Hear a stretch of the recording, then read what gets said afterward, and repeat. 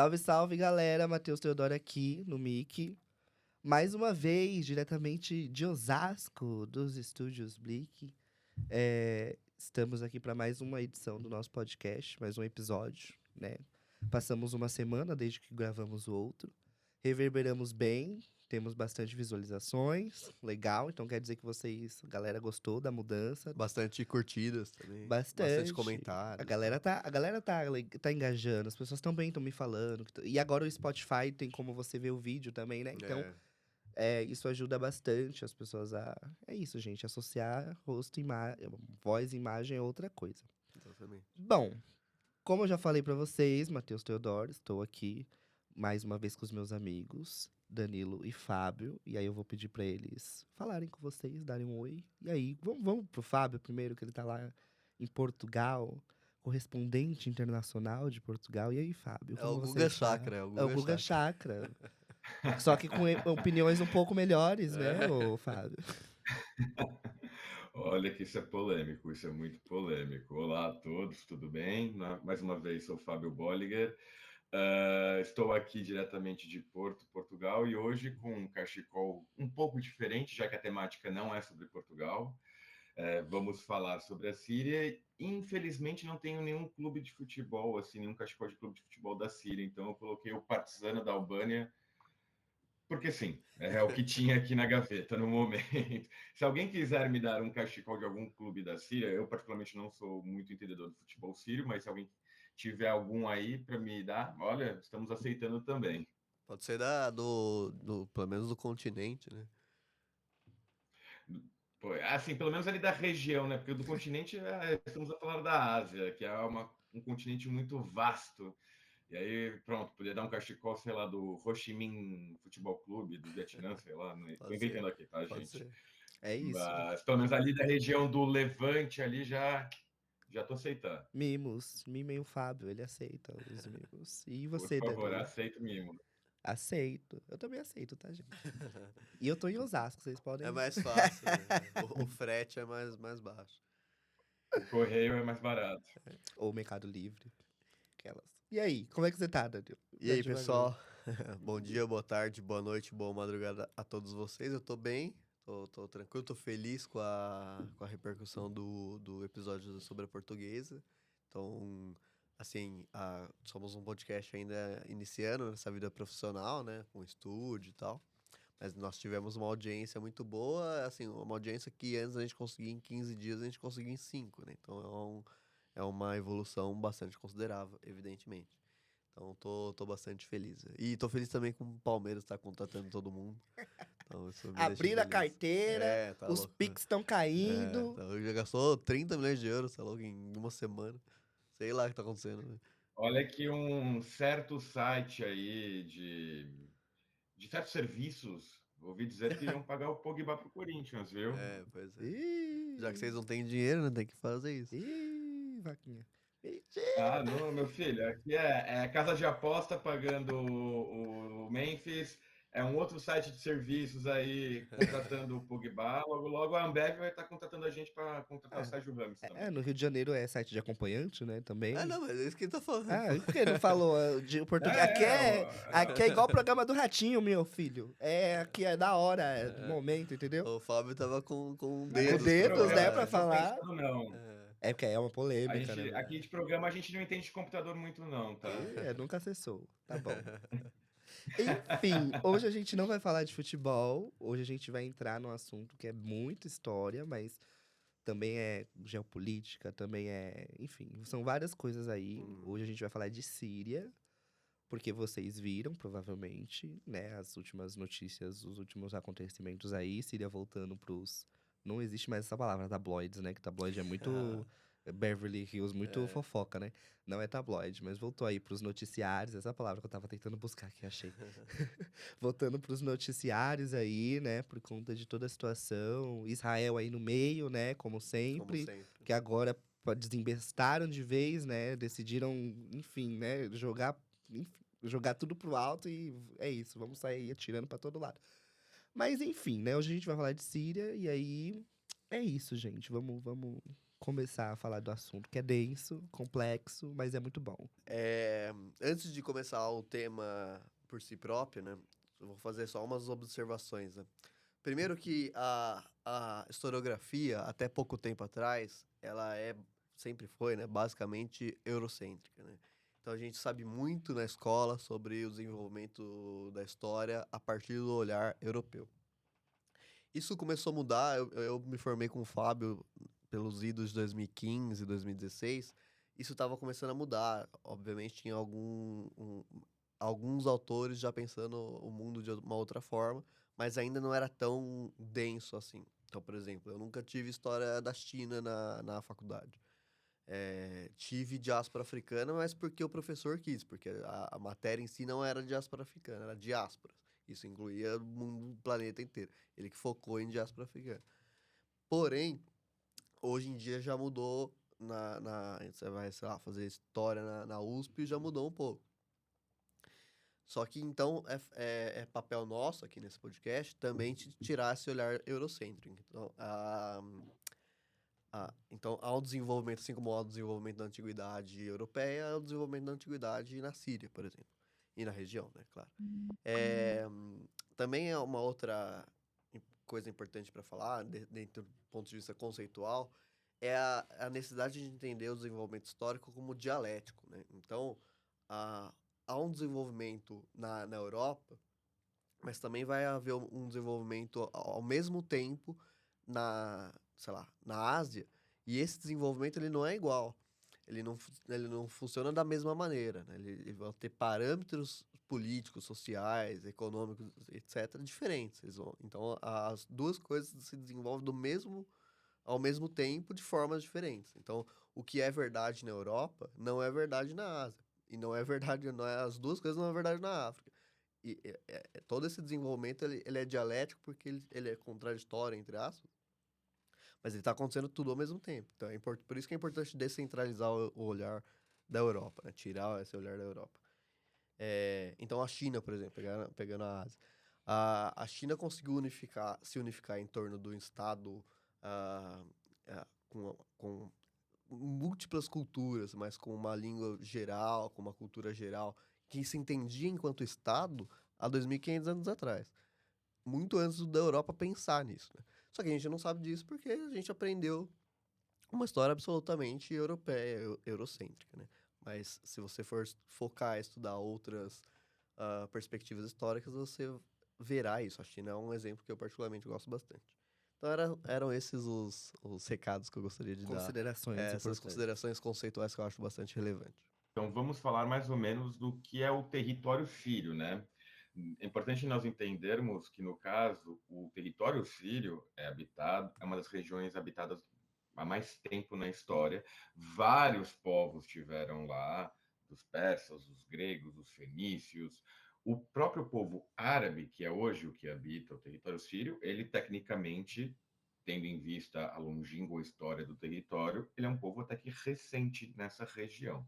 Mas isso já estamos adiantando, vamos desde a antiguidade, mais ou menos, para dar uma ideia do que é o território hoje, que é a Síria, né?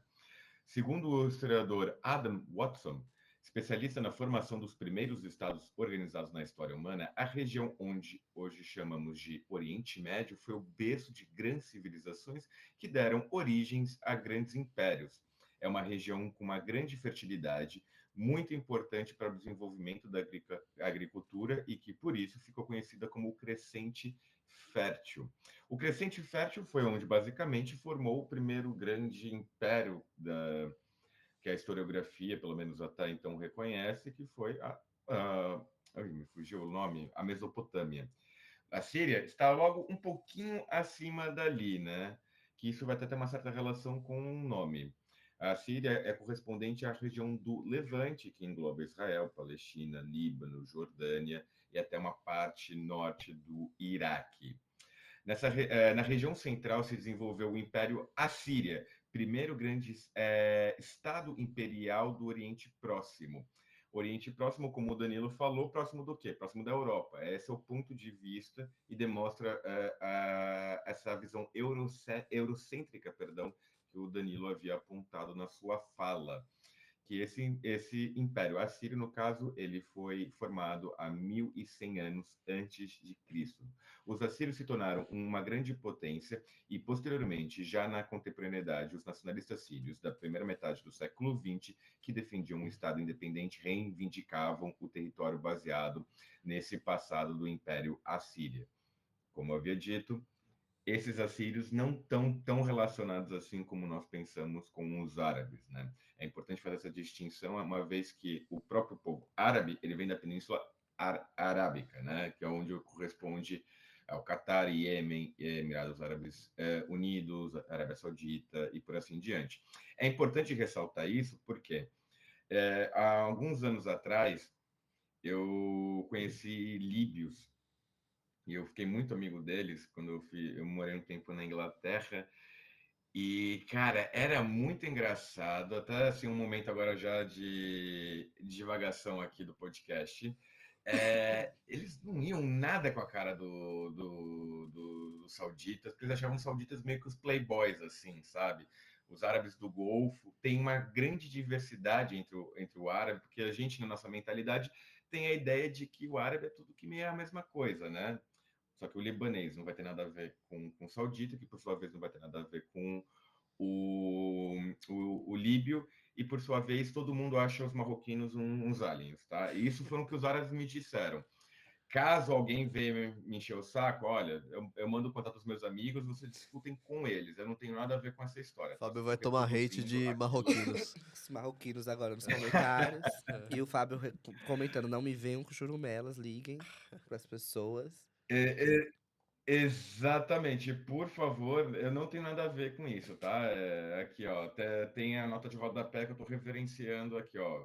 Tirei isso dos meus amigos líbios, tá? Né? Ali tá a fonte, por favor, questionem diretamente com a fonte, não comigo.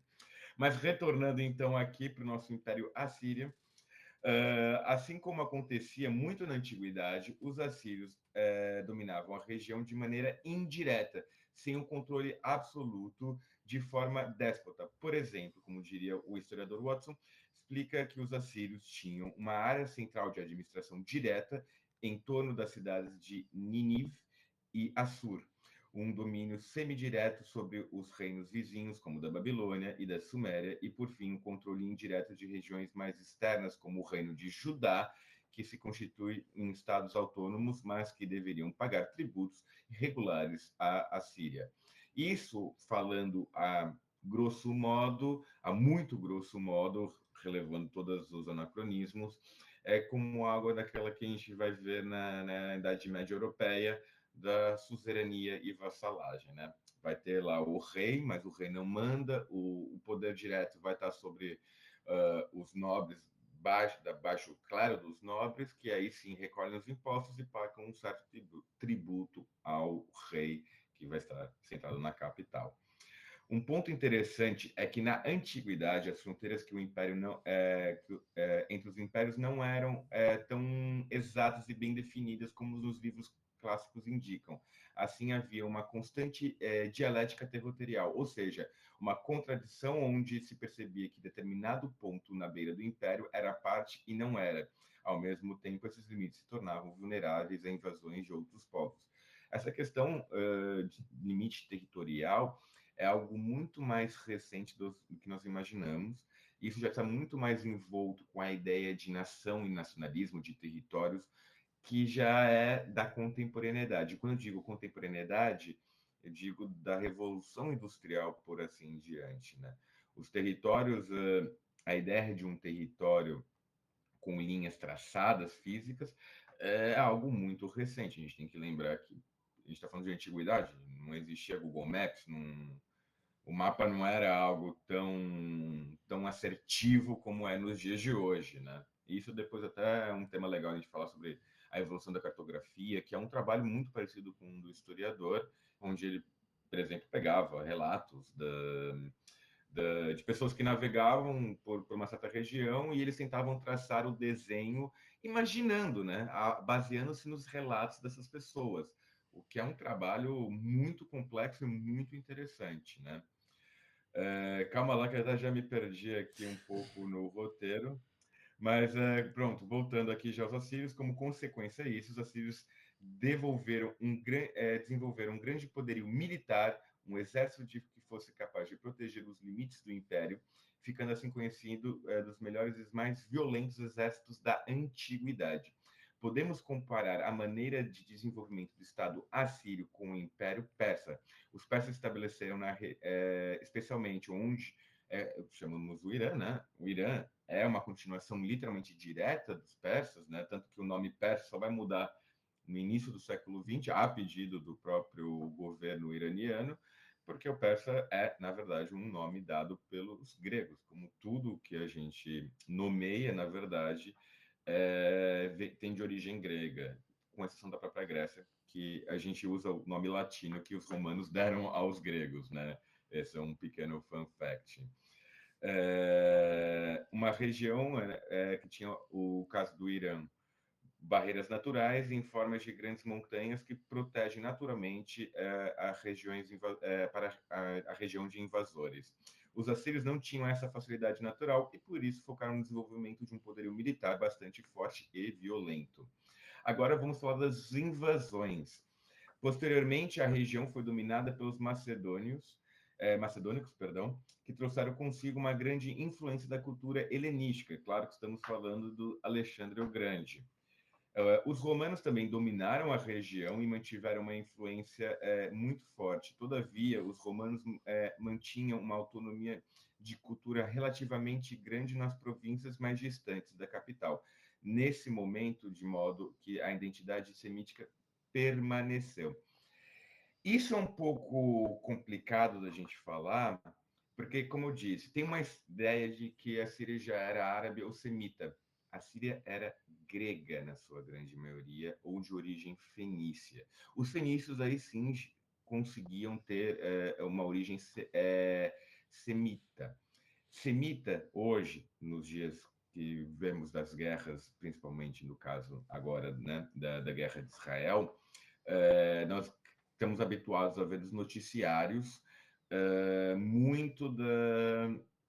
muito sobre esse termo antissemita, né, como uma maneira de se referir ao ódio ao povo judeu. Só que esse termo é um pouco leviano, porque o semita é algo muito maior. O semita é tudo que habita aquela região do Oriente Médio, justamente nessa região onde engloba o Levante.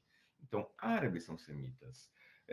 Os próprios árabes dessa específica região são semitas. Quando você diz que é antissemita, você está se referindo também aos árabes, o que não é, por assim dizer, muito apurado.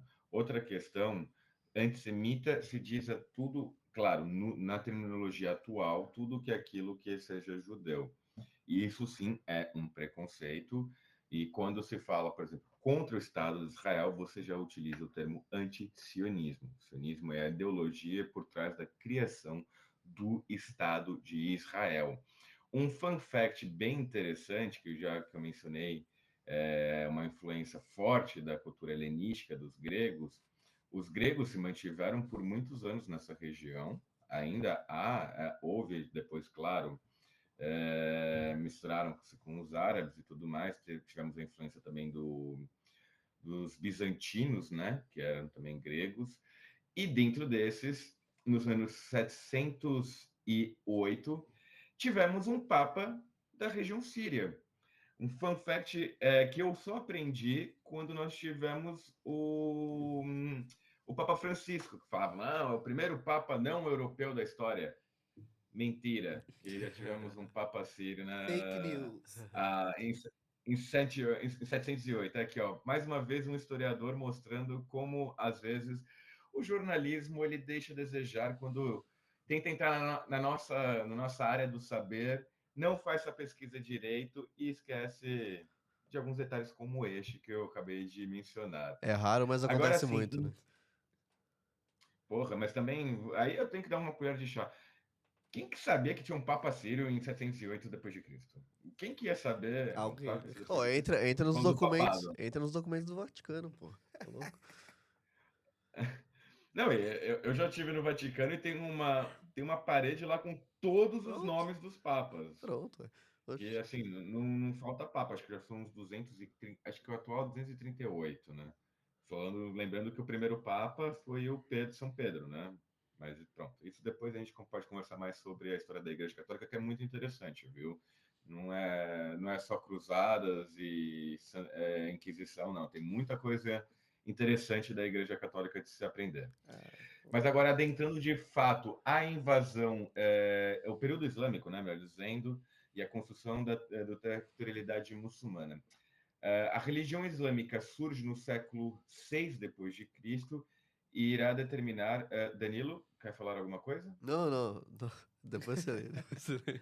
Pode continuar.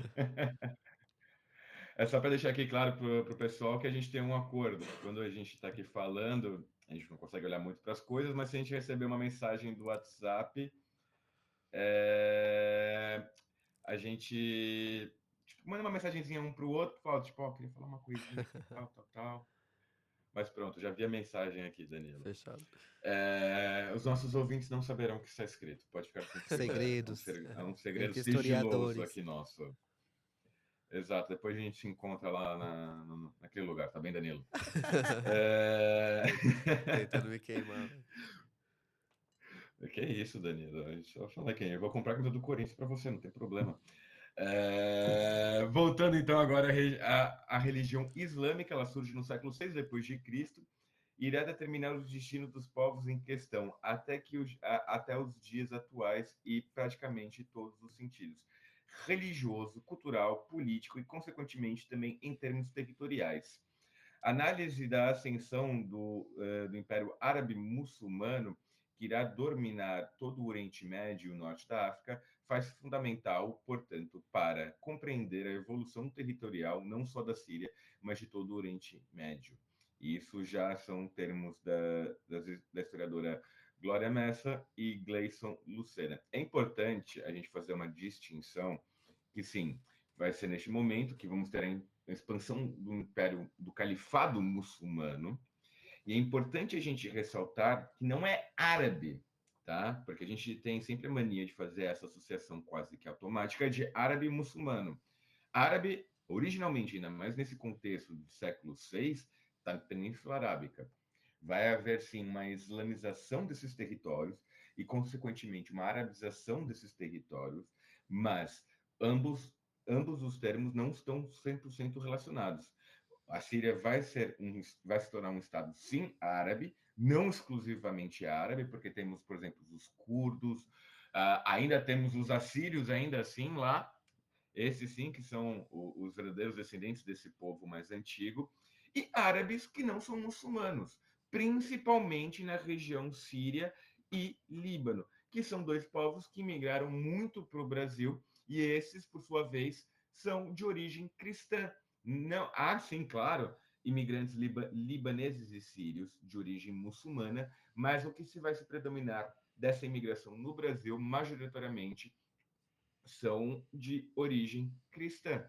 Para quem é de São Paulo, e não só da região de São Paulo, todo mundo conviveu com a cultura libanesa síria, conheceu pessoas de origem, e sempre de origem cristã. Muitas dessas de origem como maronita, que é o termo específico para o cristão dessa região. Um outro fun fact, que hoje eu estou cheio de fun facts. Nós tivemos o presidente Michel Temer, que é de origem libanesa, maronita, e ele, para além de ser presidente do Brasil, se ele quiser, ele, pela Constituição libanesa, ele pode ser presidente do Líbano, porque no Líbano os poderes são divididos pelas origens de cada grupo religioso. Coitados O dos primeiro-ministro. libaneses. Eu Né? pensei nisso agora. Coitados dos libaneses. Olha, vou ser muito honesto, na atual circunstâncias, ter o Temer é o menor dos problemas que eles vão ter. Para quem está sendo bombardeado por Israel, assim, ter o presidente como o Temer tá, tipo, como diria um grande termo, o que é um peido para quem está todo cagado. Muito acadêmico, diga-se de passagem. Mas eu não lembro agora como é que é, mas assim, o presidente da Câmara tem que ser um sunita, um xiita, e aí o outro primeiro-ministro tem que ser o outro lado, né? Se não é um é xiita, o outro é sunita. E o presidente, que tem o poder do chefe de Estado, é sempre um cristão maronita. Então, pela legislação, pela Constituição libanesa, o Michel Temer poderia ser presidente do Líbano. Outra coisa também que eu acho curiosa no Brasil é como os povos árabes que vieram para o Brasil sobressaíram muito na política, né? A quantidade de políticos árabes que nós temos no Brasil, como o Haddad, o Kassab, o Maluf, o Temer, todos, né? A comunidade árabe se sobressaiu muito na política. Eu acho que é um fato curioso, digno de pelo menos um estudo aí acadêmico, Tudo em né? São Paulo. A grande maioria, né? A grande É. maioria também da imigração árabe foi para São Paulo. Claro que não exclusivamente, mas a sua grande maioria para São Paulo. Agora, já retornando então para a Síria, a expansão territorial é incentivada pela religião que prega a expansão da fé para converter os infiéis. Tal acontece no advento do cristianismo. Isso implica na administração de territórios cada vez maiores. Neste contexto, é importante entender o conceito de territorialidade islâmica, segundo explica Saqq, abro aspas, ela repousa sobre o princípio da terra do Islã, Dar al-Islam, território que não é delimitado a não ser pela terra da guerra, Dar al-Irab, peço desculpas pelo meu árabe, terra dos infiéis, que quer dizer. As divisões e fronteiras no interior do território islâmico eram desconhecidas, ou melhor, inconcebíveis. Os limites internos foram introduzidos a seguir, mas eles não têm os valores separatistas das fronteiras do pensamento ocidental e a territorialidade do Estado. No caso, é idealmente subordinada no fato religioso.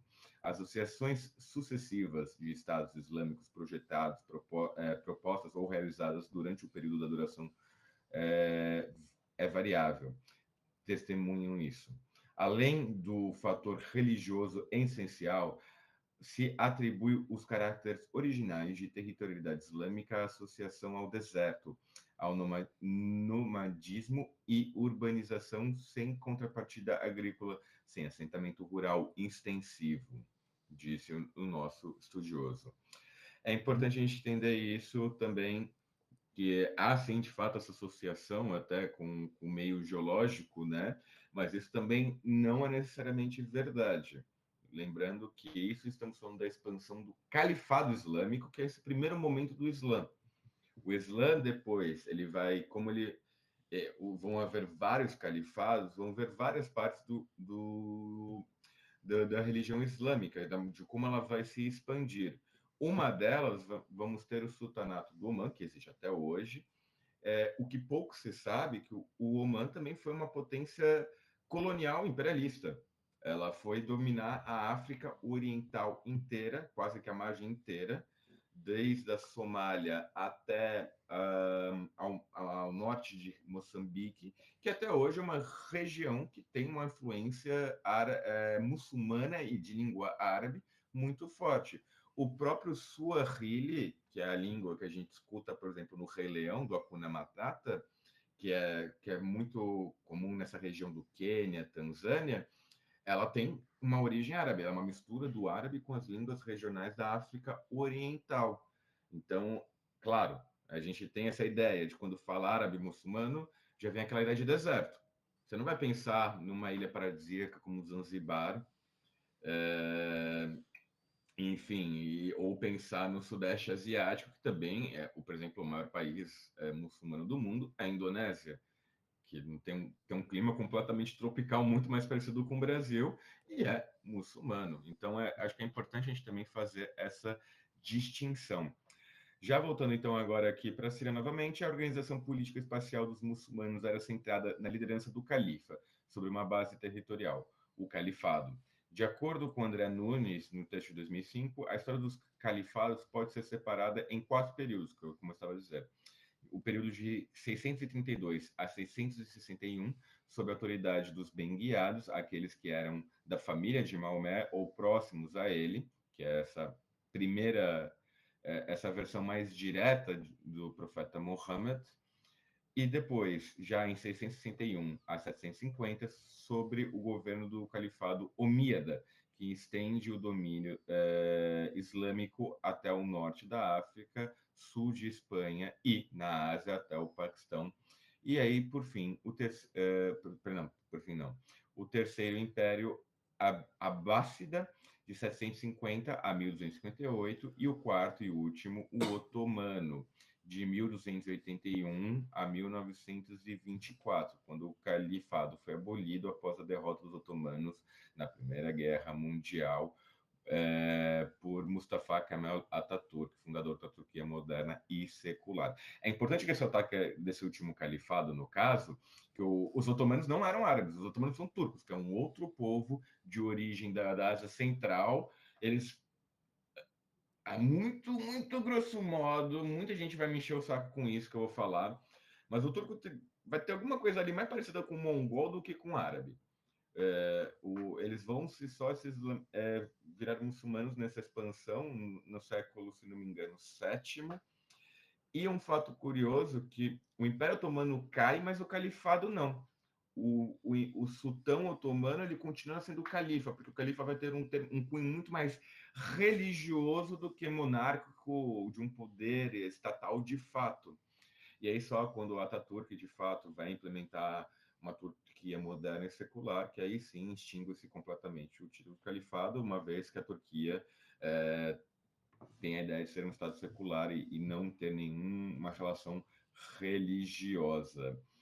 É importante destacar que, apesar das rivalidades entre os califas, sempre houve uma unidade social, cultural dentro desse território, né? E com isso eu termino a minha parte e passo aí, volto para o Danilão agora. É isso aí, pessoal. Então a gente vai, depois do Fábio explicar toda a antiguidade, a gente vai passar um pouquinho para frente nesse desenvolvimento da região e focar a partir do século XVI, quando há a dominação bem forte, bem profunda do Império Otomano na região, tá? Então, o Império Otomano consegue várias coisas bastante impressionantes, entre elas a unificação do mundo sunita, muçulmano sunita. E a exclusão, entre aspas, né, mas a separação com o xiita, que né, nesse caso é o atual Irã, os persas, né, na época. Como o Fábio falou da distinção do nome, né? Tudo bem. Essa unificação é uma unificação em torno de uma cultura, uma língua e uma religião em um território que ele é amplo a ponto de ser, desse momento, ser maior do que o território do Império Romano, por exemplo, né? Então a gente cai novamente naquela questão que a gente falou logo no início, da importância de tirar o olhar apenas europeu, né? Porque a gente sabe muito sobre o Império Romano, do seu tamanho, seu desenvolvimento e tal, e não sabe, por exemplo, sobre o Império Otomano até chegar à Primeira Guerra Mundial, né? Como se ele tivesse sido criado ali e a partir do século E a queda XX. de Constantinopla também. Exatamente. Então, assim, o que se sabe sobre o desenvolvimento, por exemplo, do Império Otomano é muito pouco, né? Mas, então, é algo importante de quando for estudar a história, descentralizar o olhar, né? Sair da Europa apenas, né? Uma outra vantagem, né, uma outra característica, na verdade, do Império Otomano, nessa região ali, é a administração descentralizada e a liberdade para as províncias. Como o Fábio falou, também tem fronteiras líquidas, né? Essa questão de não saber exatamente, não ser uma coisa determinada onde acaba e onde começa outra. Também se mantém essa ideia de territorialidade islâmica que o Fábio falou. Tem uma coisa muito importante também nesse momento, que é a liberdade para os rabinos judeus, liberdade religiosa, né? Para os rabinos judeus e padres ortodoxos. Então, é uma liberdade religiosa que acompanha as demais liberdades, digamos assim, das províncias, né? Então, facilita essa dominação, uma lealdade, digamos assim, sem ser algo violento, algo profundo, algo repressor, né? E também uma outra questão bastante importante para a época, e que depois viria a ser um problema, que é a abertura da região para o comércio europeu. Então, a possibilidade de europeus se estabelecerem na região e desenvolverem o próprio comércio ali. É algo bom, mas que, conhecendo os europeus, seria algo problemático no futuro, né? Então, essa questão de abrir e especialmente deixar que os comerciantes europeus se desenvolvessem ali sem uma alguma repressão, ou pelo menos uma vigia, com o tempo, esses europeus começaram a ficar economicamente fortes e passaram a negociar diretamente com as lideranças regionais, então sem passar por Istambul. Então, a regra antes era se desenvolver ali, fazer os seus negócios ali, mas obviamente sempre se reportar a Istambul, a capital. Com o fortalecimento econômico desses comerciantes, junto com a força econômica vem a força política, né? Então esses comerciantes se tornaram fortes o suficiente para se sentirem no direito e conseguirem fazer isso de eh, negociar diretamente com as lideranças da região, sem falar nada para Istambul, né, para o poder central. Então, isso dá mais forças para esses grupos de comerciantes europeus e menos força para o poder central. É, e daí esse processo se desenvolve durante todos esses séculos, né? Século XVI, XVII, XVIII, etc. E aí, então a gente chega no século XX, esse processo de fortalecimento econômico e político de comerciantes europeus, ele é progressivo, né? Não é que de um dia para o outro aconteceu isso. Ele é progressivo e chega no século XX e acompanha já esses comerciantes fortes, acompanha a ideia imperialista da Europa, porque se a gente for lembrar, no fim do século XIX já há um grande desenvolvimento das potências capitalistas europeias, e que passam a disputar territórios do mundo inteiro, que é o neocolonialismo, né? Passa a disputar territórios do mundo inteiro através do mercado. Então, esse processo é chamado de imperialismo, e é o que culmina depois, no início do século XX, na Primeira Guerra Mundial. Nesse momento, a Europa está fazendo isso também na Síria, onde eh, especialmente ingleses e franceses, esses comerciantes, mas agora sim apoiado pela França e pela Inglaterra, de fato, passam a, passam a influenciar culturalmente a região, trazendo conceitos de fronteira são os conceitos europeus, de fronteira algo mais fixo, né, mais reto, mais delimitado, para uma região que não tinha antes, né? Então a cultura europeia passa a entrar nessa região e causar problemas, né? Fábio pediu a palavra, Fábio. Então, aproveitando o gancho, tá, do que você falou, justamente sobre essa questão que a gente realmente não estuda muito sobre o Império Otomano, a gente só estuda, por exemplo, na Primeira Guerra e a queda de Constantinopla. A queda de Constantinopla é um exemplo até que eu posso fazer uma ligação direta com a Península Ibérica sobre duas questões.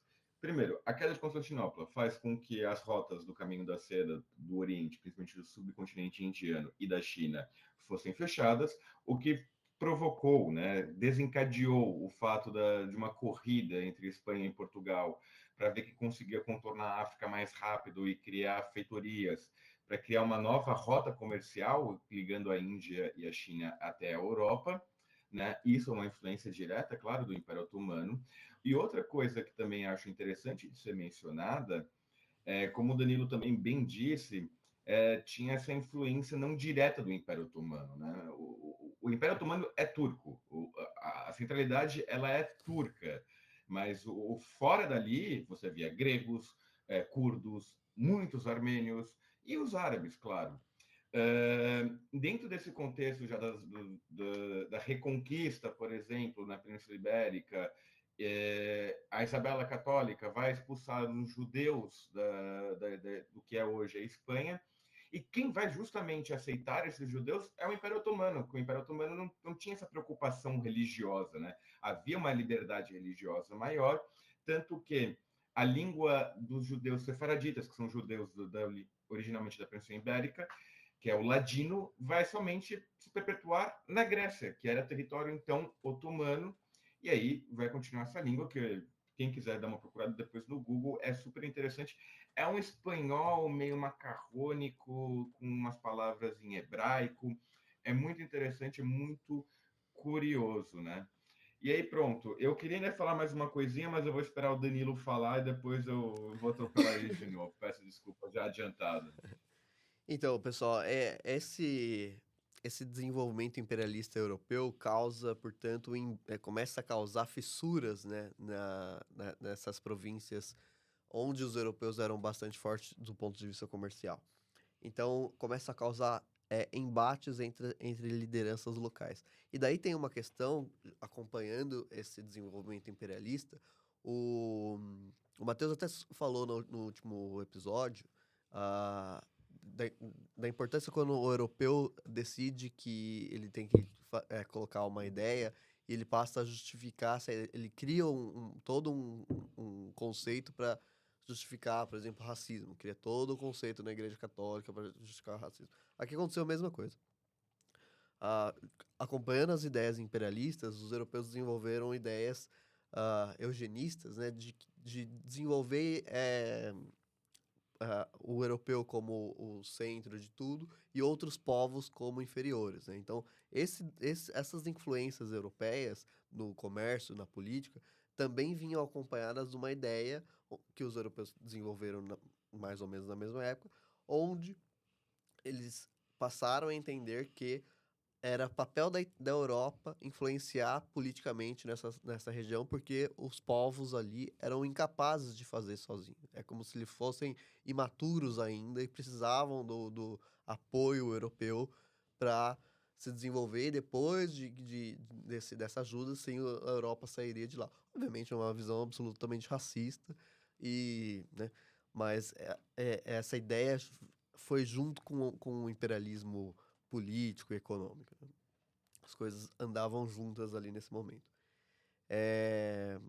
Então, o desenvolvimento disso causa o colapso do Império Otomano, né? Na Primeira Guerra Mundial, os otomanos se aliam na disputa imperialista, né? Se aliam à Alemanha, ficando, portanto, do lado derrotado da guerra. E durante a guerra, ingleses e franceses, a Inglaterra e a França, passam a patrocinar grupos revoltosos nessa região. Grupos que almejavam, por exemplo, independência e tudo mais, contra o Império, né? Pode falar, Fábio. Pode falar, Fábio. Esqueci de desmutar o microfone, peço desculpas.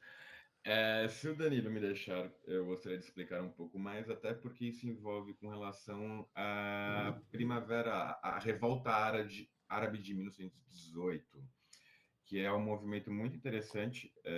O Império Otomano estava já num conflito. A França e a Inglaterra começaram a apoiar tribos, principalmente do reino do Hejaz, que já estava dominando, já tinha conseguido pegar o domínio de Meca e Medina, que são as duas cidades mais importantes da religião islâmica. A terceira, claro, é Jerusalém, do Império Otomano. E eles, como os detentores das duas cidades mais importantes, criam um poder muito forte em torno disso. A família que dominava era a família Hashemita, é a mesma que domina hoje, por exemplo, o reino da Jordânia. Com o apoio dos franceses, dos ingleses, vai início a revolta árabe de 1918, que vai dar a ideia do panarabismo. A revolta com o panarabismo, é importante a gente ressaltar que não tinha um conceito religioso, né, nessa questão. Né?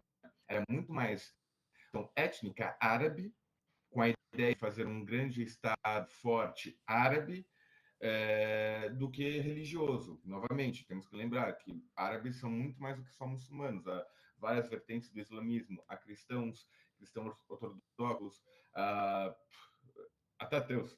Tudo bem que naquela época já não era tão forte. E até queria dar uma dica cultural antecipada. Há um filme que trata muito, muito bem sobre isso, que é o Lawrence da Arábia. O Lawrence da Arábia, o Lawrence, né? Só no caso, ele era um militar britânico que servia no Canal de Suez, lembrando, o Canal de Suez era dominado pelos britânicos e franceses. Vai ser justamente a ponte entre o Reino Unido e a França com os revoltosos árabes, principalmente com o Faisal I, que ele era filho do então Shah, né, o primeiro, o rei do Hejaz, que agora eu estou tentando pegar aqui o nome e não estou a achar, peço desculpa, do Hussein. Ele era o terceiro filho do Hussein, e que aí, por que a gente está falando de tudo isso? Esse Faisal I vai se tornar, depois da Primeira Guerra, o primeiro rei da Síria e do Iraque também. Ele vai levar um tombo no trono, né, por assim dizer, um termo extremamente acadêmico, mas depois vai continuar como rei do Iraque, expandindo a sua influência da família Hashemita no Oriente Médio, né? E aí, como vocês podem bem observar, as linhas da Síria, Iraque, esses países, Jordânia, são tudo muito retas, né? São traçados muito retos. Como eu já disse aqui no próprio podcast em outras situações, o problema sempre começa com um britânico, um lápis e um mapa, né? Dito isso, eu já devolvo agora a palavra ao Danilo. Só mais uma questão. A revolta árabe vai ser bem sucedida. Vamos ter o Tratado de Sevres, que foi assinado na Suíça, né? Que vai dar muito poder aos Hashimitas.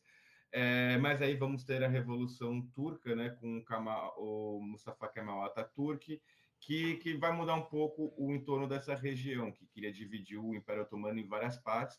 E o Atatürk vai conseguir manter ali a Anatólia e uma pequena parte ainda na Europa, como a Turquia moderna, não dando margem para outros povos ascenderem como estados soberanos. Agora sim, passo a palavra ao Danilo. Então, essa questão do inglês, um mapa e um lápis, ou você pega o continente africano e as fronteiras são absolutamente retas, né? Absolutamente retas. Mostra, assim, como a Europa de fato pegou e traçou aquilo, né? É completamente antinatural, né? Pega o mapa do Brasil, né? Tipo, cheio de recortes naturais, né? Óbvio. Então, de fato, a Europa é foda. Então, ainda seguindo, né, antes da fala do Fábio, a França e a Inglaterra passam então a trabalhar para desestabilizar e destruir, né, o Império Otomano, patrocinando grupos revoltosos. E um desses patrocínios se deu em forma de acordo, né, um acordo de fato firmado, justamente com o que o Fábio falou, o Hussein, que prometia, que a França e a Inglaterra prometia criar um Estado independente, né? Então, o Estado independente seria abarcando vários territórios, né? Não só da Síria, e com a figura do Hussein centralizada, e os seus filhos, entre eles o que o Fábio falou, o Amir Faisal, governando cada província. Só que, ao mesmo tempo que a França firmou esse acordo com os grupos revoltosos, a França e a Inglaterra firmaram um acordo paralelo entre si, sem falar com ninguém, como é do feitio deles. Então, um acordo secreto, né? Colocando nesse acordo a França como administradora da Síria e do Líbano e a Inglaterra como administradora do Iraque e da Mesopotâmia, enquanto a Palestina seria administrada por uma junta internacional. Então, é isso, a Europa trabalhando para desestabilizar a região, ao mesmo tempo trabalhando entre si para enganar, entre aspas, todo mundo e assumir para si a região, né? Bastante imperialista, de fato, né? É, Avançando um pouquinho, tem o governo que o próprio Fábio falou, do Amir Faisal, né? E nesse momento, já num passo adiante ali, há o desenvolvimento de uma identidade síria, né? Porque daí já é século XX, né? Já é um momento onde essas questões nacionalistas, que o Fábio falou justamente na fala dele um pouco atrás, essas questões já estavam mais em voga, né? Então, ao desenvolvimento dessa ideia de nacionalismo sírio, de identidade síria, e a reivindicação desse passado assírio, né? Lembrar que é o povo descendente e reivindicar isso, buscando, pleiteando uma independência, né? Em 1919, ao pedido desse grupo, ao pedido formal pela independência da Síria, o pedido formal para os Estados Unidos, né? Mostrando que os Estados Unidos já tinham uma importância geopolítica ali para mediar algumas questões. Ah, Porém, a França, ela nega esse discutir isso, ela nega qualquer tipo de independência síria e ocupa militarmente Damasco, fazendo com que o Amir Faisal se exile, né? Justamente o processo que o Fábio citou há pouco. A Liga das Nações, que existia nesse momento, que é o embrião da ONU, né? A Liga das Nações, ela intervém e determina a divisão do território otomano, destinando cada região, a administração, né, a influência de cada região, a uma potência europeia diferente. Calma aí, gente, que recebi mensagem aqui no meu celular e me distraí, né? Me desculpa. Eu perdi o roteiro aqui. Tá. Então é isso. E daí, dentro dessa questão da Liga das Nações, vem repetida aquela ideia que eu falei há pouco da ideia imperialista, né? De que o povo daquela região não tinha desenvolvimento suficiente para se autogovernar e que a Europa, portanto, estava fazendo um favor e ajudando esse povo a se estabilizar, porque toda a instabilidade desse povo é porque eles não conseguiam, era prova de que eles não conseguiam se governar, quando na verdade a instabilidade aconteceu justamente a partir do momento que a Europa começou a meter o bedelho Como é ali, né? benevolente essa Europa, né? É impressionante, né? Ela causa a E depois dá uma desestabilização, de coitada. depois dá uma Estou salvando coitada. vocês Exatamente. da merda que eu criei. Exatamente.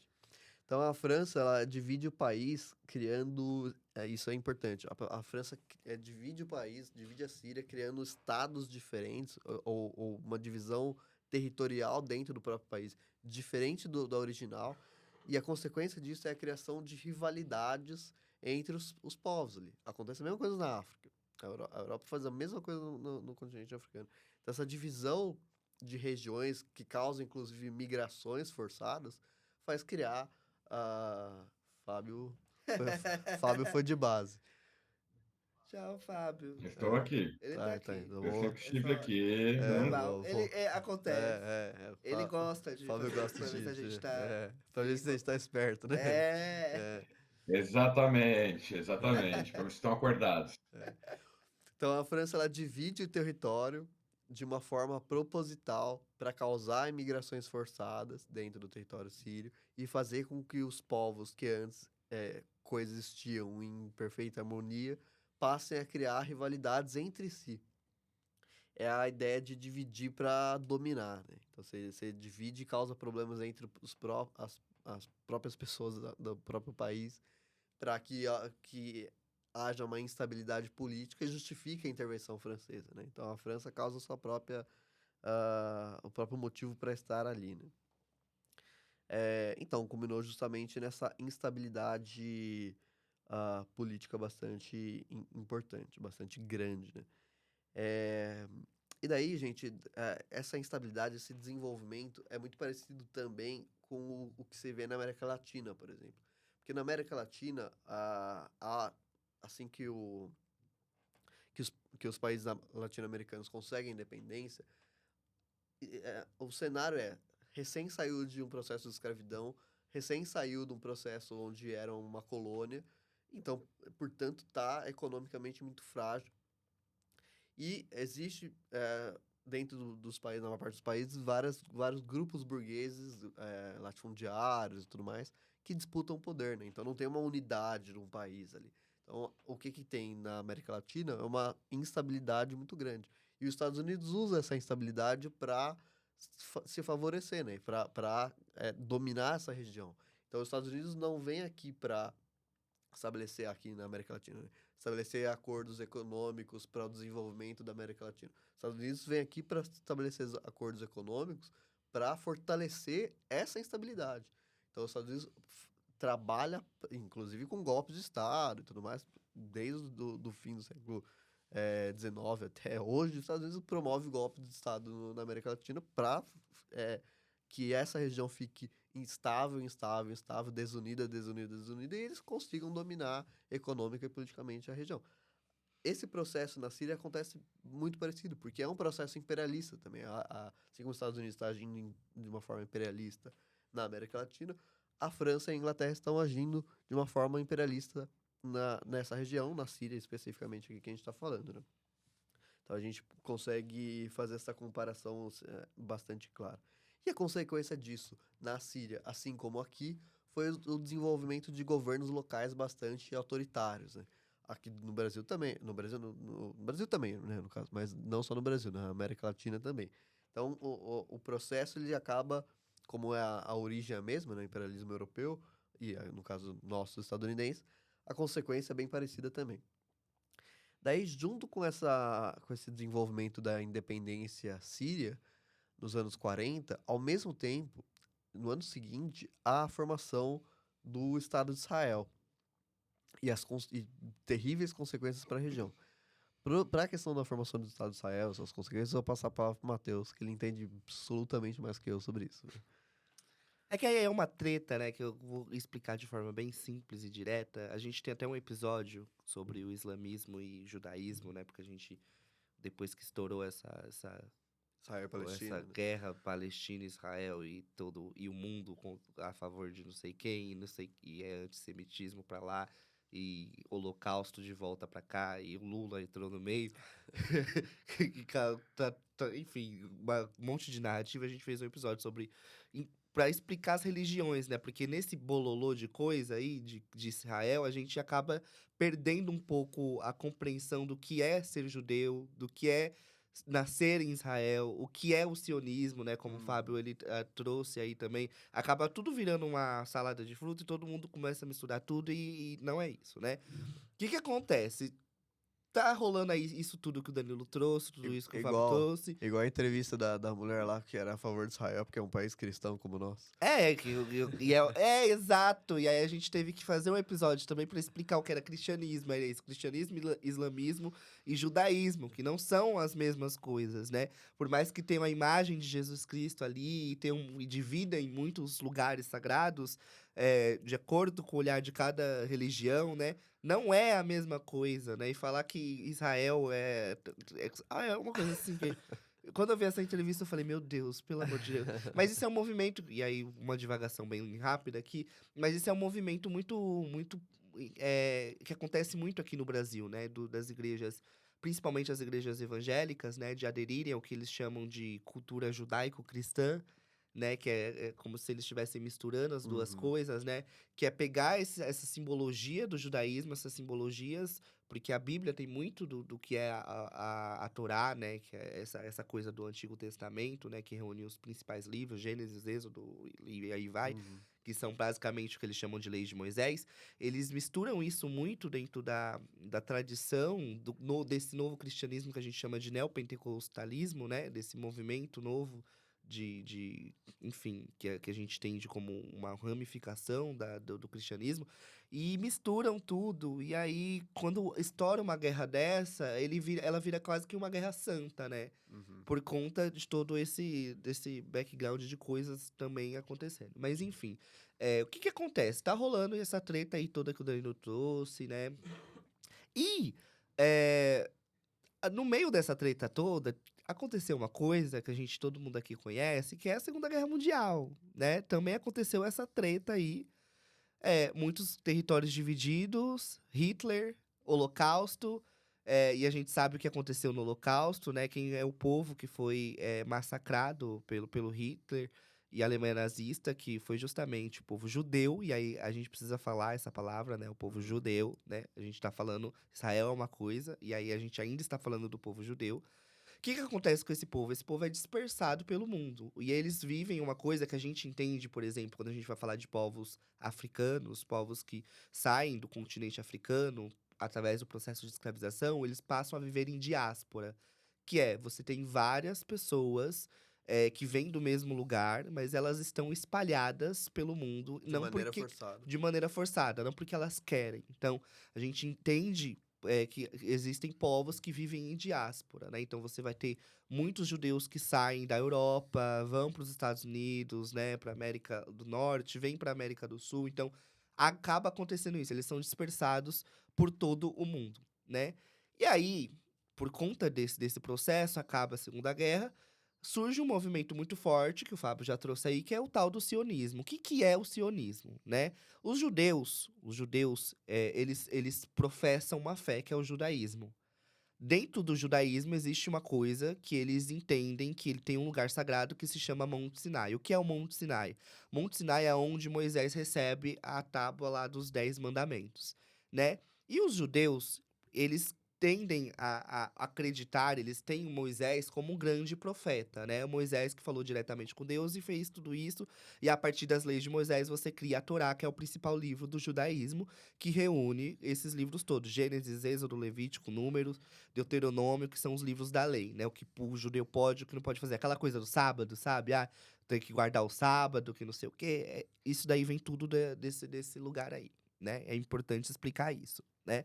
E aí cria-se um movimento que mescla essa coisa da fé, essa coisa deles, desse judaísmo muito forte, que parte para um nacionalismo, que cria uma narrativa de que, ó, é o seguinte: nós judeus estamos em diáspora, fomos separados por conta dessa Segunda Guerra Mundial, e a gente precisa recuperar o nosso nacionalismo, a nossa identidade cultural, e até aí tudo bem, eu acho que é legítimo esse sentimento, né? Eles foram separados e jogados ao mundo, foram massacrados, então eles precisam reunir. Qual que é a treta aí? É que pra fazer essa reunião, essa reunion, né? Eles vão fazer uma temporada tipo Friends, depois de 50 mil anos, querem se reunir. O que que acontece? Eles precisam de um lugar. Então eles acreditam que tem um lugar sagrado que eles têm que conviver ali. Qual que é a treta? Como eu disse, a gente cita as religiões aqui, né? Islamismo, cristianismo e o judaísmo dividem lugares que são sagrados. Jerusalém, aí é o monte. Então, assim, só que dentro desse período aí, quem estava ocupando, por exemplo, o lugar que os judeus achavam que eram, e acham, né, que tem como lugar sagrado, segundo as leis de Moisés, eram os palestinos, né? O que a gente entende como os palestinos hoje. E aí é que começa a treta. Por quê? Você tem lá um país que dominava tinha, né, o direito da terra, que é o Reino Unido, se eu não me engano. Uhum. E aí você já tinha a ONU, por conta de todas as atrocidades que aconteciam. O Reino Unido, ele meio que abre mão, muitas aspas, tá aqui. Abre mão e joga no colo da ONU. Fala assim, ó, é o seguinte, vocês decidam como que a gente vai dividir esse negócio aí. O que que a ONU faz? Ela pega o território onde estão os palestinos, onde está lá o povo árabe, e divide. E a divisão, muito errada. Eles não dividem 50-50, né? O que pra mim também já seria uma loucura, né? Porque eu acho que você não chega no território que já tá ocupado e divide. Assim, o que que eles fazem? Eles pegam e dão um pouco mais de terra pro povo judeu, para criar o Estado de Israel, né? E os palestinos, o povo árabe, fica com menos, né? 40 e poucos por cento. Eles não aceitam, é óbvio. E aí, o que, que o Estado de Israel faz, através dessa ideia do sionismo, de que temos que ocupar e recuperar o nosso lugar, forçadamente entram e ocupam território. Ponto. Então, assim, a gente entende que é um Estado. O mundo entende que é um Estado legítimo, porque quem dividiu foi a ONU, depois de toda essa treta, depois os países europeus que tanto massacraram também, entraram ali, usaram do território, tirarem o corpo, né, da treta, que acaba que eles ocuparam e quem conhece a história, entende que não é um Estado legítimo, de fato, né?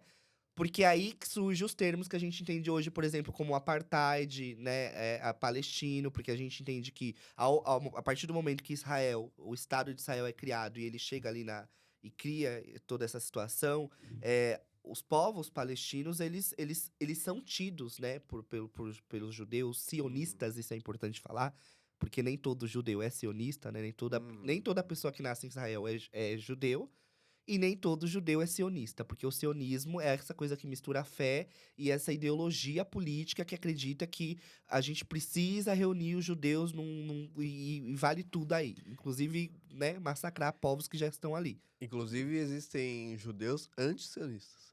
Exato, existe um movimento muito forte de judeus anti-sionistas no mundo que não apoiam a guerra de Israel, por exemplo, porque entendem que é uma guerra sionista, é pelo sionismo, é por esse nacionalismo que, sinceramente, aí aqui entra a polêmica, não se difere muito do que era aquela Alemanha meio nazista, assim, sabe? Porque distorce completamente a ideia. Eles foram massacrados pela Alemanha nazista, mas é aquela coisa, né? A questão do oprimido querendo se igualar um pouco ao opressor, né? Faltou Paulo Freire. Exatamente, porque o sonho do oprimido é se tornar o opressor, né? Porque eles pegam, deturpam um pouco essa visão, né? Com muita dor, e que eu acho que é legítimo o lugar da dor, por conta de tudo que passaram, mas nesse lugar, né? Quando a educação não é libertadora. Exato. E aí existem esses movimentos dos judeus que são antisionistas porque eles entendem que, não é um Estado legítimo para falar dos judeus, porque o judaísmo é uma religião. E, dois, né, existe esse ponto de que, cara, não é assim que se resolve a coisa, assim. A gente sabe que aquilo ali é uma ocupação militar, enfim. Mas aí tem apoio da Europa e tudo, né, enfim. E como o Matheus falou, os palestinos obviamente não aceitaram, e a consequência disso, nesse momento, foi a eclosão de uma série de guerras árabe-Israel, né? Não judaica, desculpa. Árabe-Israel. Então, há uma eclosão, e isso inclui a Síria, né? Isso inclui o desenvolvimento do Estado sírio ali, recém-criado. Então, há uma eclosão em toda a região ali. Exato, porque em 1967, Israel vai ocupar um território, né, que é chamado Colinas de Golã. Lembra que a gente tá falando aqui dessa questão da ocupação e lugares sagrados? Não é só o lugar sagrado, né? Eu acredito até, e aí é que é uma divagação minha, que exista um lugar aí que é bem do que simboliza o sionismo, assim, na ocupação dessa colina. Por quê? Essa colina é como se fosse uma montanha que tá ali, né, no território da Síria. E essa colina, ela tem uma questão que é um privilégio, uma visão privilegiada para essas operações que são militares, né? Então você consegue ver muitos territórios dali de cima, porque é um lugar alto, conseguem se antecipar, né, nos ataques. Então é uma região que é muito estratégica pensando nas questões que Israel tem, né? Que é essa questão da ocupação militar, né? E aí é que tá a coisa também, que aí eu trago a divagação, né? Como a gente fala, o sionismo, ele vem dessa ideia do Monte Sinai, né? Talvez até pro sionista, né?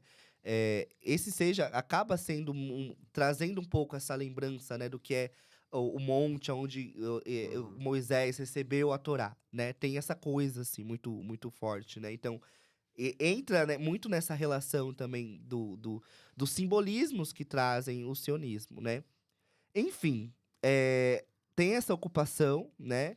Eh, o sonho, né, de você ter uma Síria grande e tal, ele acaba tornando muito mais distante, o território acaba sendo reduzido. Você tem uma coisa que a gente fala bastante, né, que é um novo neocolonialismo, porque Israel não ocupa só militarmente, Israel quer modificar a cultura, Israel quer fazer com que todo mundo se converta, né? Se volte para o sionismo, né? Quando eu tava falando, por exemplo, da questão do apartheid, é essa coisa, né? As pessoas que estão ali se tornam cidadãos de segundas etnias ou etnias abaixo. é, São povos de segunda. Enfim, é como. Sabe aquela coisa das castas na Índia? Aquele Aham. sistema de castas? É assim, Sim, Israel vai sim. criando um sistema de castas. E que é muito racista, né? Eu acho que esses são os pontos, assim. Acaba se tornando um movimento muito racista, né? Então, enfim, gente, esses povos vão sendo massacrados porque eles não deitam, né? Essa coisa, né? E história que a gente acaba vendo hoje, né? Quer falar, Fábio? Sim, queria só acrescentar algumas questões importantes da fala do Matheus, nominalmente sobre o sionismo. O sionismo ele foi formado na Europa, onde estava, né, a população judaica na sua grande maioria. Havia já judeus, né, que ainda permaneceram na região da Palestina, mesmo depois da expulsão dos romanos, lá no início da contagem do depois de Cristo, por assim dizer.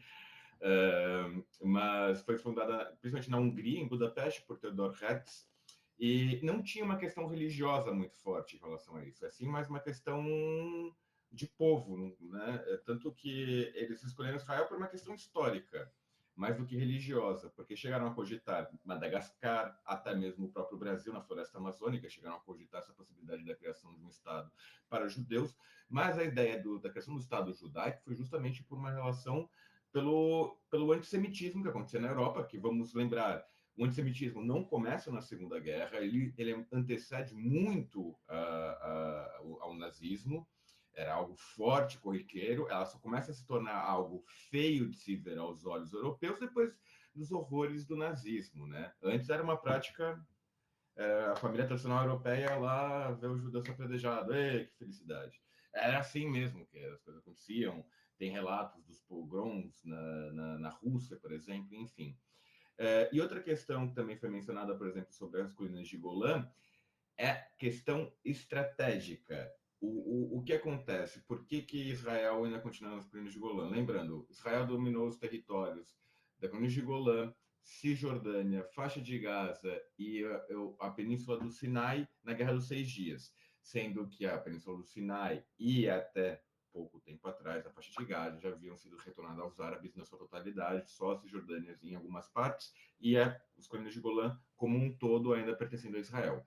Israel não abriu mão das colinas de Golã e dificilmente, duvido muito que eles venham abrir mão, por uma única simples questão. Ali se encontra a nascente do Rio Jordão. E como nós bem sabemos, uma região tão desértica como esta, controlar águas é algo trivial. Tem sim a questão, evidentemente, que o Matheus mencionou, da questão de ser montanhas, ter um campo, uma visão privilegiada do ponto de vista militar, mas a questão fundamental, e é na qual me faz acreditar que Israel nunca vem abrir mão dessa região, das colinas de Golã, é justamente pelo fato da nascente do Rio Jordão, e quem tem água nesse contexto tem poder, né? É somente essa pequena acrescento à fala do Matheus. Pode fazer? Pode, sim. Liberado. Então, pessoal, daí, depois dessa questão, quando terminou esses conflitos, especialmente em relação à Síria, a ascensão ao poder, né, de Hafez al-Assad. E Assad, quando chega no poder, marca o fim do domínio sunita. Aquele domínio sunita tá lá de trás que a gente falou. Você quer falar, Fábio? Quer falar? Não? Não, desculpa, meu querido Danilo, eu estava só lhe respondendo a mensagem no WhatsApp que você havia me dito lá. Eu já comprei a camisa do Corinthians, não se preocupe. Tranquilo, tranquilo. Então, daí o Assad, ele marca o fim do domínio sunita que tá naquela região desde dominando, né, especificamente, desde do Império Otomano, né? Então, marca o fim desse momento, né? Desse domínio, né?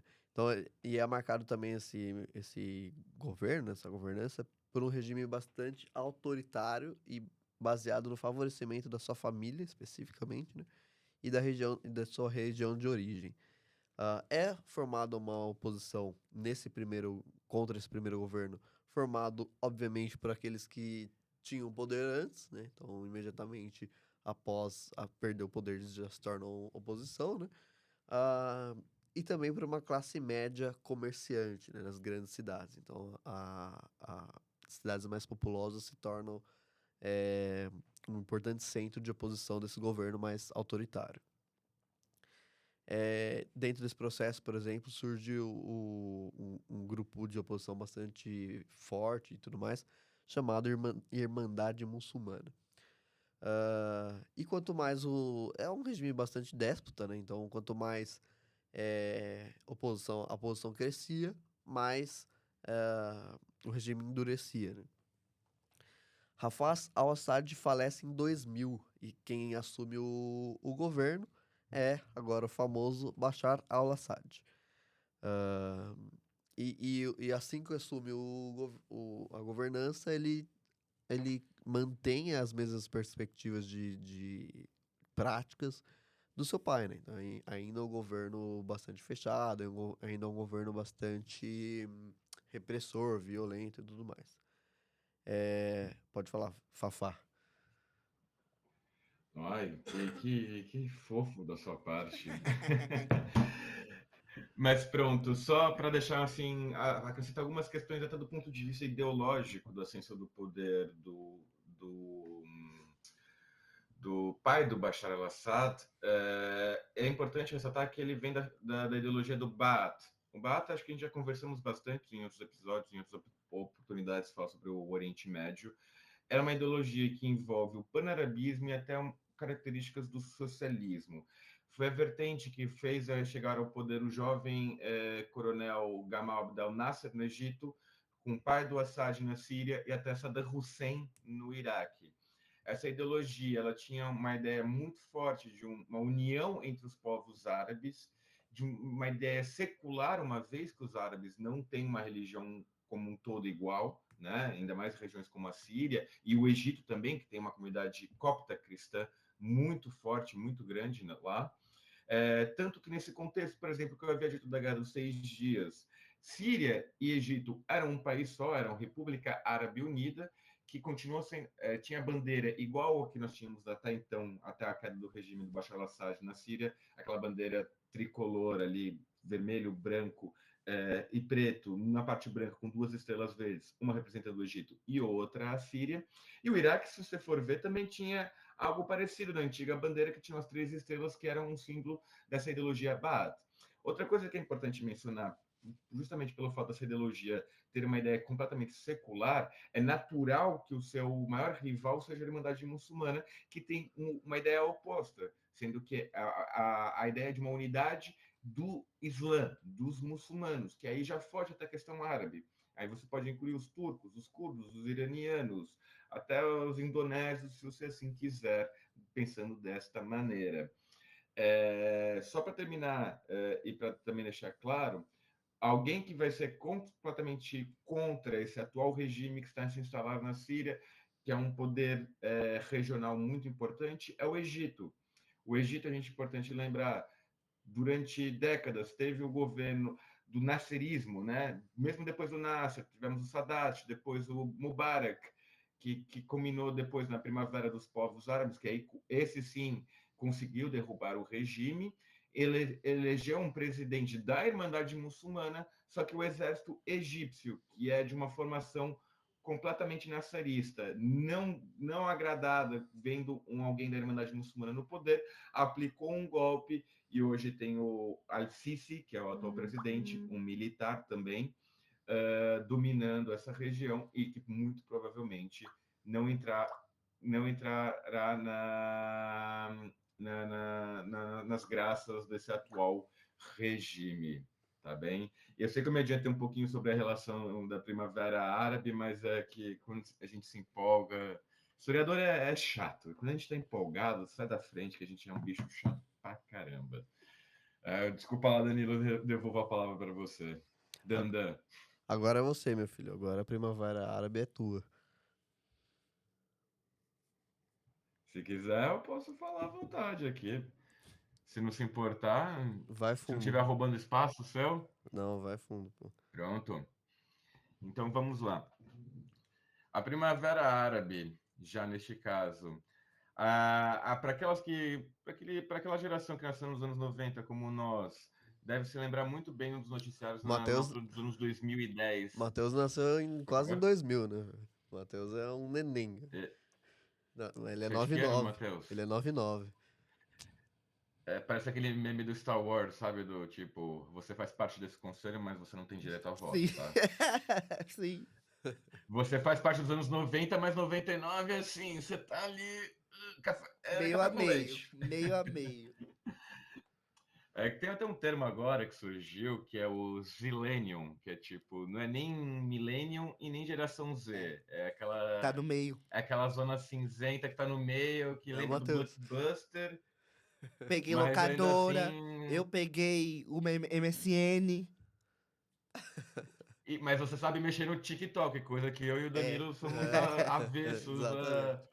Exatamente. a essa rede social. Não é que a gente é avesso, mas também cara, eu me sinto velho quando eu entro no O TikTok. Matheus, o Matheus, ele é a transição, né, entre as gerações, né? É, porque agora também tem uma geração que eu não Exatamente. entendo nada, o que eles falam, como se comunicam, o que eles vivem, o Como que eles você produzem. sentem, porque realmente é difícil. Matheus, agora você entende o que a gente sofre, Matheus. Bem-vindo ao clube. Ninguém assiste TV. Puta, Eu não, divagando isso pra agora, mim. tipo, só divagações aqui. Eu fui dar uma aula num Força, Sesc, força. e aí os jovens reclamando assim, tipo, ai, eu não assisto YouTube porque eu entro da 3 anúncios. E eu super chocado. Falei, vocês nunca assistiram televisão? Pois é. Existe uma coisa chamada intervalo comercial. Você Porra, assistia a novela e passava pro comercial. Vocês estão reclamando de anúncio no YouTube, de ver 3 anúncios. Eu ficava pé da vida quando a novela tava ali chegando na parte crucial. E aí entrava o intervalo comercial, eu tinha que esperar. E quando a gente assistia desenho, que passava nos canais lá, tipo, da vida, e não tinha ordem os desenhos. Tipo, uma hora passava um episódio da primeira temporada, A depois passava na cronologia sétima. que Às se vezes tem dane. desenho que você nunca viu o final. Tem gente que até hoje tá esperando o final da Caverna do Dragão, que nem sabe como Ah, mas morreu detalhe, a saiu boneca. um final do o Jovem Nerd, fez um. Saiu um vídeo aí do Jovem Nerd Ah, agora, eu recentemente. vi. Pra quem ainda não viu o final da Caverna do Dragão, vai lá no Jovem Nerd, o que vocês acham? A galera que nasceu em Pra quem 2005 e tá ouvindo, tá assistindo o podcast, tá. Que Que estão é Caverna falando? do Dragão? Que dragão? é, que, que, que, que O bodega que é é essa Jovem aí? O Nerd, que né? eles estão Ei, gente, falando? desculpa, gente. Ah, não, aí também já é Pesquisem. matar você não Não saber o que é pesquisa Jovem mais no Nerd, Google, pelo agora amor é de tudo Deus. pesquisa no TikTok também. Pesquisa no TikTok, o que vocês acham? Pô, gente, já tem inteligência artificial, já dá para procurar aí também. Pergunta aí pro ChatGPT o que que é. Mas assim, agora já retornando aqui à Síria e pegando um gancho até mesmo do que a gente estava falando sobre essa questão geracional, eu tenho a memória viva na minha cabeça de eu sair da escola, encontrar com um amigo numa esquina ali perto da minha casa, a gente tinha sentado para almoçar, conversando, e eu falando, mano, você viu a notícia? Você viu que lá na Tunísia derrubaram lá o ditador, o Ben Ali, não sei o quê? Começaram agora no Egito e na Síria também. Pô, será que vai acabar isso? Como eu sou Corta mais para velho, 14 anos depois, agora caiu o negócio. como eu sou mais velho, eu tava no cursinho. Eu tive a vantagem de discutir isso aí com os professores do cursinho e tal. Foi bem divertido, foi bem legal. Pô, eu ainda tive que discutir isso com o meu professor de história do ensino médio mesmo. Eu ainda era como diria aqui em Portugal, um bocadinho mais novo. Mas pronto, neste caso, né, como eu havia dito, a Primavera Árabe foi uma revolta que tomou inicialmente até de um cunho meio que pacifista, mas em certos casos, em certos países, foi se gerando uma guerra de fato, né? Começou, como eu havia dito, em 2010, em finalzinho de 2010, na Tunísia, quando me lembro muito bem, isso eu estou falando de cabeça, tá, gente? Eu ainda lembro daquilo. Quando o homem que vendia fruta teve um problema com a polícia lá, o cara ficou puto, desculpa o termo, mas ficou mesmo isso, porque o cara jogou gasolina no corpo e se queimou. E aí isso gerou uma comoção na Tunísia, começou as revoltas e o ditador Ben Ali teve que fugir para a Arábia Saudita, se não me engano, na altura. E essa foi a primeira parte da Primavera Árabe que teve sucesso de uma maneira mais pacifista, mas spoilers, já está com um novo presidente que já está voltando a ser um novo ditador, infelizmente. Isso é uma característica muito importante da Primavera Árabe que ela teve áreas de grandeza, mas infelizmente ela não teve um grande sucesso, como nós vamos aprofundar mais ainda agora nesta parte. O presidente Bashar al-Assad, na Síria, se recusou a renunciar, porém fez concessões, encerrando o estado de emergência que já durava 48 anos, que emergência grandiosa essa. Aprovou uma nova Constituição e realizou eleições multipartidárias. No entanto, a oposição continuou combatendo e exigindo sua queda, percebendo justamente que se o regime estava fazendo tais aberturas pela primeira vez em décadas, significava que este estava com claro medo de fato de ser deposto. Como a oposição seguia em marcha, em embate, culminou uma guerra civil, esta no início apoiada justamente pelos países da OTAN, da NATO, União Europeia, que é uma outra característica nos países onde se acabou por gerar uma guerra civil. Nominalmente, a Síria e a Líbia. No caso da Líbia, talvez os nossos ouvintes se lembrem muito que o presidente na altura era o Obama, e o Obama liberou o, o bombardeamento, que foi um grande apoio aos rebeldes líbios contra o Gaddafi, com um bombardeamento de posições estratégicas das forças do Gaddafi feitas diretamente pelos próprios Estados Unidos. Outra questão também da Líbia que os nossos ouvintes também possam lembrar foi durante as eleições de 2016 entre a Hillary Clinton e o Donald Trump, que foi a primeira eleição no qual ele ganhou. O Trump se apoiou e teve um grande sucesso nessa tática política dele de lembrar que a Hillary Clinton foi culpada por não acessar os e-mails e ver os e-mails da embaixada de Benghazi na Síria, a embaixada não, o consulado, onde os Estados Unidos os americanos lá estavam desesperados para fugir, o corpo diplomático, e deu merda e tipo, gente morreu nessa história. Novamente peço desculpas pela terminologia, mas infelizmente acho que tem certas situações que não tem como não fugir a esses termos, né? Baobau. Mas já retornando então no caso, um ótimo termo acadêmico também. Baobau. Baobau. Foi para as cucuias, como diria minha vovó. Voltando já à Síria, não devemos, porém, esquecer que o regime de Assad não é o único responsável pelo desencadeamento da guerra, pois antes dele os países que viviam em profunda estabilidade econômica e política, graças a políticas internacionais dos franceses de dividir todas as unidades que prevaleceu na Síria, né? Como o Danilo havia bem dito anteriormente. Outro ponto bastante importante que devemos nos atentar é a geopolítica do século XX, onde a Síria foi um aliado importante da União Soviética, muito pela questão da ideologia Ba'ath, fazendo que a Rússia ainda disponha de bases militares no país, além de interesses econômicos que se chocam com os interesses dos imperialistas coloniais. Podemos elencar os principais atores da guerra civil síria. Bashar al-Assad, junto à Rússia, Irã e Hezbollah. E aí agora a gente vai tratar na questão mais contemporânea. É importante lembrar que a OTAN entrou com força na guerra civil da Síria. Entretanto, e tudo se indicava que de fato iria ter uma queda do regime do Bashar al-Assad naquela época, só que a Rússia entrou com força e apoiou muito fortemente a Síria, e até justamente para defender suas regiões, seus interesses na região, né? Um outro fato importante que a gente tem que ressaltar é que durante esse conflito surgiu o ISIS, o Estado Islâmico, ou também conhecido como Daesh. Esse Estado Islâmico surgiu justamente no Iraque, justamente aproveitando esse vácuo de poder deixado pelo Saddam Hussein após a queda do regime e a incapacidade, e aí eu digo realmente incapacidade dos Estados Unidos de comandarem a região. Basta ver o caso do Afeganistão, onde eles invadiram o Afeganistão, ficaram durante 20 anos, para deixar o país e voltar exatamente o que era 20 anos atrás. Temos já um episódio sobre esse assunto, recomendo aos nossos ouvintes.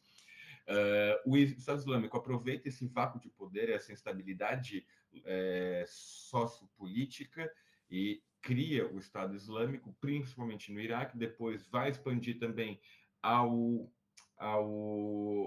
Síria, aproveitando também o contexto da guerra civil, né? E durante anos, vamos lembrar, durante anos nos noticiários, o maior medo do Ocidente era o Estado Islâmico, né? Havia aqueles famosos vídeos de execuções de jornalistas com aquela roupa laranja de presidiário, né? Até que, de fato, o Estado Islâmico foi sendo derrotado, né? Aí, novamente, os Estados Unidos vai entrar com mais força. A Rússia também tinha interesses contra o Estado Islâmico. E, agora, já no lado da Guerra Civil Síria, o Irã também defendia, com o intermédio do Hezbollah do Líbano, né? Que o Hezbollah, basicamente, ele é financiado pelo Irã, ele vai ser apoiado pelo Bashar al-Assad, que o Bashar al-Assad, querendo ou não, ele tem uma vertente de paz entre, mais ou menos, de uma paz entre as religiões, né? Tanto que muitos cristãos também apoiaram Bashar al-Assad. Os xiitas apoiavam o Bashar al-Assad muito por essa questão, com medo também do Estado Islâmico, que era sunita, né? Ele não era necessariamente e ele tinha uma visão muito estrita do Islã, onde ele só considerava a vertente sunita como a correta e qualquer outra pessoa que fosse de outra vertente era um pecador infiel e deveria morrer, né? Então teve esse apoio do Irã justamente até para defender os interesses xiitas. Lembrando que o Irã é o maior país xiita do mundo e ele, consequentemente, acaba por também defender os interesses xiitas ao redor da região, né? Um dos grupos que surgiu de oposição teve o destaque para o Tahrir al-Sham e a sua principal liderança, o al-Golani. Os Estados Unidos e Israel, já na parte dele, os Estados Unidos possuem 900 soldados no território sírio e em áreas menos populosas, com o intuito de reprimir grupos defensores justamente do Estado Islâmico. A Turquia, por sua vez, também vai ter seus aliados e grupos rebeldes. Parte do exército turco também se encontra em território sírio, né? Lembrando que a soberania síria virou uma ficção, ela é inexistente, né? Qualquer um que quisesse entrar, entrava, não havia como repelir, o exército sírio não tinha como repelir qualquer força invasora. E por que a Turquia invadiu? Um dos grupos que estava oposição também ao Assad são os curdos. Os curdos, é importante a gente falar bastante deles, é a maior nação, quando eu digo sem Estado, do mundo. São mais ou menos de 30 a 40 milhões de curdos, se não me engano. Eles são localizados justamente na fronteira entre Iraque, Síria, Turquia e Irã. Basicamente, é um povo que está mais relacionado com os iranianos, mas são árabes. Uma vez um amigo meu me disse, não sei se está certo também, ele era da região de Mossul, no Iraque, o Aus, qualquer coisa, reclamei com ele, mas ele fala que os curdos são mais ou menos o meio termo entre um turco e um iraniano, né? Pronto. Visto também essa questão de autodefesa, os curdos vão se organizar e criar uma organização militar própria, onde vão se localizar justamente na região nordeste da Síria. E o seu principal inimigo dos curdos é a Turquia, o Recep Tayyip Erdogan não via com bons olhos, lembrando que o PPK, eu acho que é o PKK, não lembro agora já, o Partido Trabalhista Curdo, ele é considerado uma instituição terrorista pelos turcos, e temendo, né, que como já no Iraque os curdos conseguiram uma alta autonomia e na Síria também estavam conseguindo, a Turquia acabou por invadir e justamente apoiar também grupos rebeldes para enfraquecer os curdos, né? Já na Guerra Civil causou um aprofundamento da fragilidade econômica do país e a perda de controles do poder central sobre vários territórios, criando poderes paralelos fora do alcance do regime, como, por exemplo, os curdos que eu havia dito. Grupos de oposição controlaram cidades bastante populosas, como Alepo. Lembramos que Alepo foi também conquistada pelo Estado Islâmico e teve explosões de templos da antiguidade, da época dos romanos, dos gregos, que foi, para mim, um dos maiores crimes da humanidade cometidos ali. O que mostra que também ainda o poder esteja nas mãos de Assad neste momento. Os grupos revoltosos possuíam bastante poder paralelo, podendo pelo controle de grandes partes do território. Esses grupos revoltosos possuem como principal aliado militar a Turquia, herdeira do Império Otomano. Outra característica que devemos nos ater é a crise migratória decorrente da guerra, com um deslocamento forçado de quase metade da população síria, que causa mudanças demográficas bastante significantes. Lembrando que a Turquia foi um verdadeiro entreposto entre a Europa e a Síria, para que a Europa não absorvesse toda a população de refugiados. A Europa deu rios de dinheiro à Turquia para que os sírios ficassem ali na Turquia e não seguissem para o continente europeu. Se não me engano, 1 milhão de sírios estão na Turquia, mas 1 milhão de sírios estão no Líbano, lembrando que o território libanês é minúsculo e já tem uma população também de palestinos muito grande também na Síria, palestinos que eu digo de gerações, quarta geração já de palestinos que vivem decorrentes da guerra de independência de Israel lá em 1948. Então, isso também explica um pouco a situação frágil que o Líbano também vive até os dias de hoje, né? Já nos anos de 2019, o regime de Assad ganha força e avança sobre algumas áreas. A partir deste momento, a guerra esfriou e com uma aparente vitória de Assad. Não é, porém, uma vitória de fato, já que o governo nunca conseguiu recuperar as áreas dominadas pelos governos opositores. É interessante a gente também mencionar isso, porque chegou a voltar a ter uma normalização da, das relações institucionais diplomáticas entre os países árabes com o regime do Assad, lembrando que temos a Liga Árabe, onde o Assad perdeu a cadeira, foi dada a cadeira ao regime opositor, logo, o regime opositor não, perdão, as forças de oposição ao Assad, logo no início da Guerra Civil Síria, e que só foi restituída agora há pouco, também neste ano de 2019, com o Assad retornando à Liga Árabe, né? Só que, entretanto, agora ficou aquela situação meio que saia justa entre os países, no qual eles vão olhar para aquela situação do tipo, a gente acabou de normalizar a relação com a Assad, agora vem um novo governo que o opositor ganhou, ficou uma situação um pouco estranha. Tanto que muitas pessoas, inclusive eu que vos falo, também, eu estava com a cabeça completamente em outros conflitos, tinha me esquecido completamente da Síria, e quando me falaram que caiu o regime do Assad, eu fiquei com aquela cara do tipo o meme do John Travolta ali, do Pulp Fiction ali, com o casaquinho na mão, olhando pro lado. O que tá acontecendo? Esse negócio já não tinha acabado. Já não estava falando de Ucrânia, Israel, e agora tem que voltar para a Síria, voltar 10, 15 anos atrás do passado. Virei realmente um John Travolta a ver navios, mas enfim. E agora vamos falar agora já da situação atual, voltando com você, Danilo. Então, pessoal, como o Fábio falou, as coisas esfriaram, mas não acabaram, né? Então, esfriou de fato, deu uma apaziguada, mas sem de fato acabar. E isso mudou principalmente por conta da geopolítica em volta nesse ano de 2024, 2023, essas questões atuais. Por quê? Porque, como o Fábio mencionou, a Síria, o governo sírio do Assad tinha três principais aliados: a Rússia, o Irã e o Hezbollah. A Rússia está desde 2023, 22, na guerra contra a Ucrânia. Então tá focada nisso, né?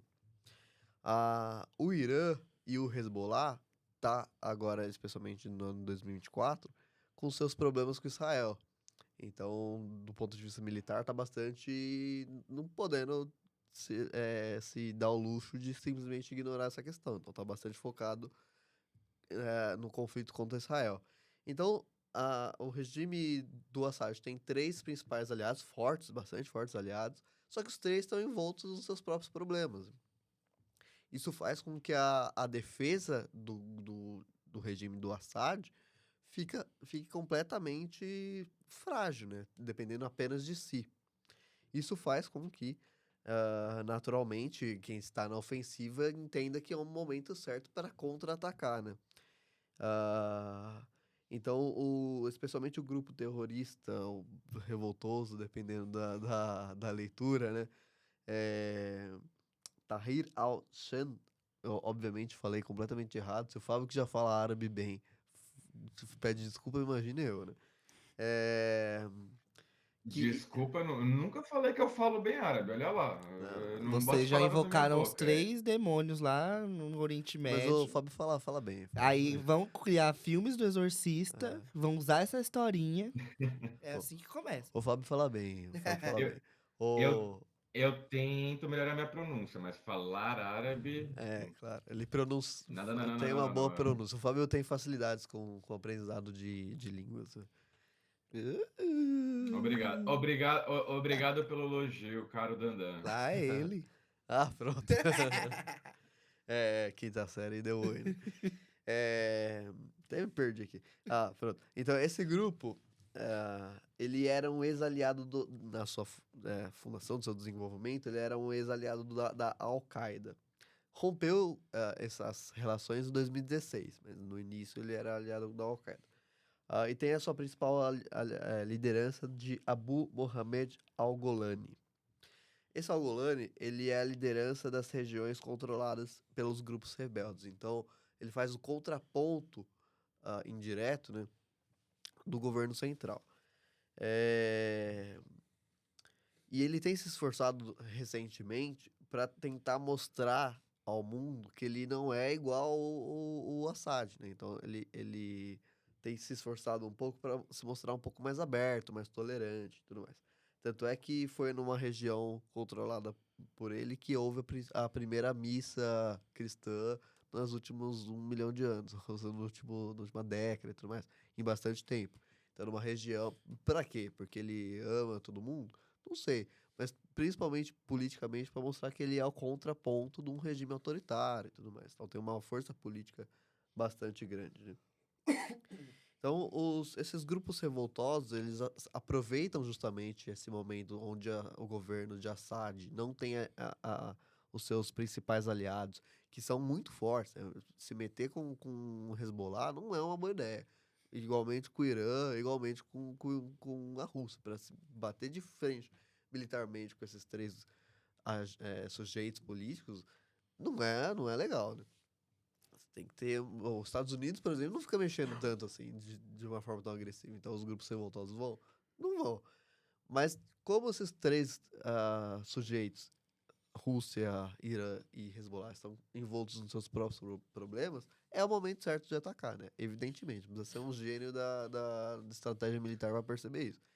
E esses grupos, de fato, avançam, aproveitam esse momento de baixa da defesa de Assad e avançam e conseguem, por exemplo, tomar Alepo, que é uma cidade profundamente importante, tanto para a Síria quanto para o Oriente Médio como um todo, né? Tanto do ponto de vista cultural, histórico. Então, Alepo é um centro muito importante.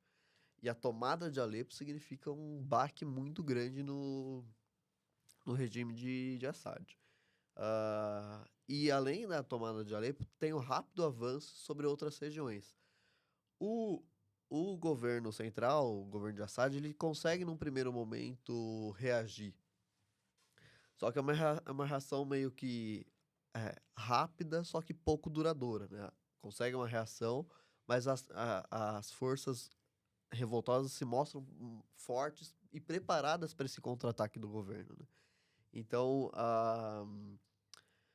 ao mesmo tempo desses grupos revoltosos, tem no nordeste do país, salvo engano, tem a ofensiva curda, dos grupos curdos, que o Fábio mencionou, apoiados pelos Estados Unidos, que eles também têm seus próprios interesses ali, e viram um momento de baixa e ofensiva dos revoltosos e baixa do governo e aproveitaram para também invadir. Então há um outro enfraquecimento, além dos grupos revoltosos de sempre, há um outro enfraquecimento do governo de Assad nessa parte contra os curdos, né? Então você vê que vai cercando o poder central, né? E, portanto, já mais recentemente, né, o avanço decisivo dos rebeldes consegue chegar em Damasco, né, próximo a Damasco, e o interessante é que, nesse momento, os membros do exército, o exército oficial sírio, eles, portanto, defensores do regime de Assad, eles não resistem tanto, né? Então, depois desse avanço curto e tal, talvez porque eles perceberam que não tinha jeito, ou talvez porque não estavam mais leais ao governo central, mas o avanço sobre Damasco ele é muito rápido e sem a, a defesa esperada do exército, né? Para quem já estudou, por exemplo, a Revolução Cubana, quando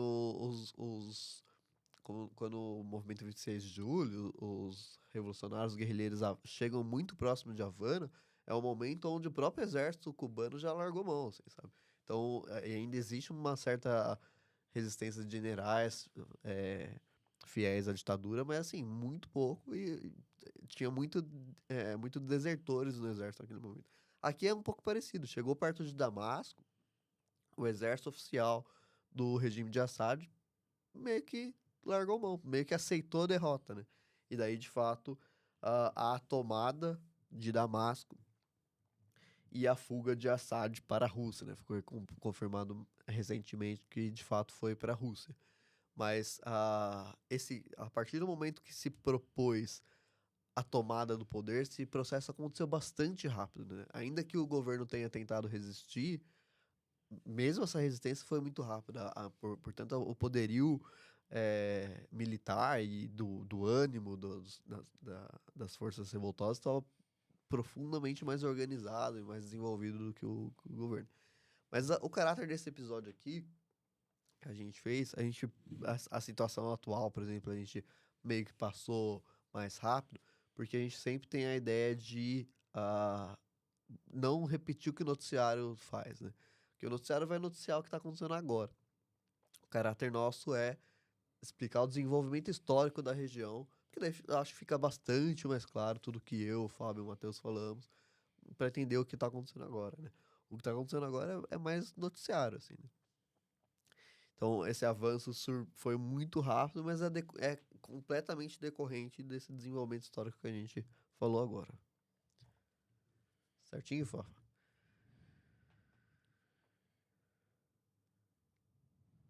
Acho que sim. Se você diz, eu acredito, Danilo. Então, estamos finalizados no nosso tema de hoje. Falamos bastante de Síria. Então, Pronto pra... não quero ninguém ficar replicando notícia esquisita na rede social depois desse episódio. Inclusive, assim, a Só uma gente... questão pode falar, Fábio, pode Habla, falar. amigo. que eu gostaria assim deixar bem evidente para os nossos ouvintes.